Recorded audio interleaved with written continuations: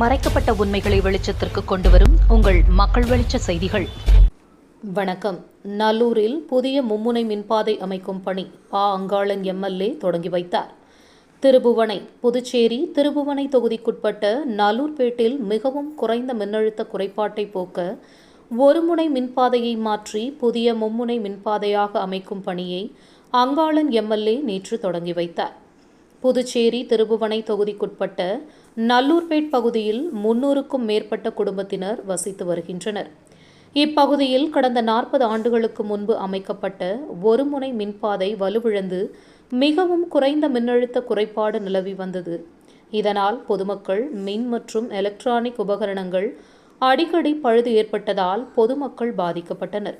இதுகுறித்து பொதுமக்களின் கோரிக்கையை ஏற்று தொகுதி எம்எல்ஏ அங்காளன் மின்துறை அதிகாரிகளுடன் நல்லூர்பேட்டில் கள ஆய்வு மேற்கொண்டார்.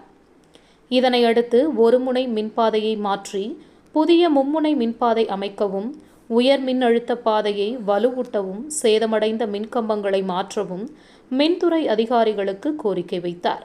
இதன் அடிப்படையில் ஆதிதிராவிடம் சிறப்பு கூறு நிதியின் கீழ் ரூபாய் 9,08,000 மதிப்பீட்டில் திட்ட வரைவு தயாரிக்கப்பட்டு அரசு அனுமதியுடன் பணியாணை பெறப்பட்டது.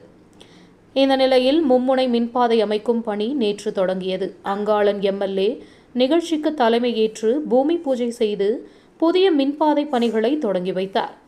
நிகழ்ச்சியில் திருபுவனை துணை மின்நிலைய உதவி பொறியாளர் டி. பன்னீர்செல்வம், இளநிலை பொறியாளர் ஆர். பழனிவேலு மற்றும் மின்துறை ஊழியர்கள், ஜேசிஎம் மக்கள் மன்ற தொகுதி தலைவர் ரவிக்குமார், துணைத் தலைவர் அருள்மணி மற்றும் நிர்வாகிகள், கிராம பொதுமக்கள் உள்பட பலர் கலந்து கொண்டனர். நன்றி.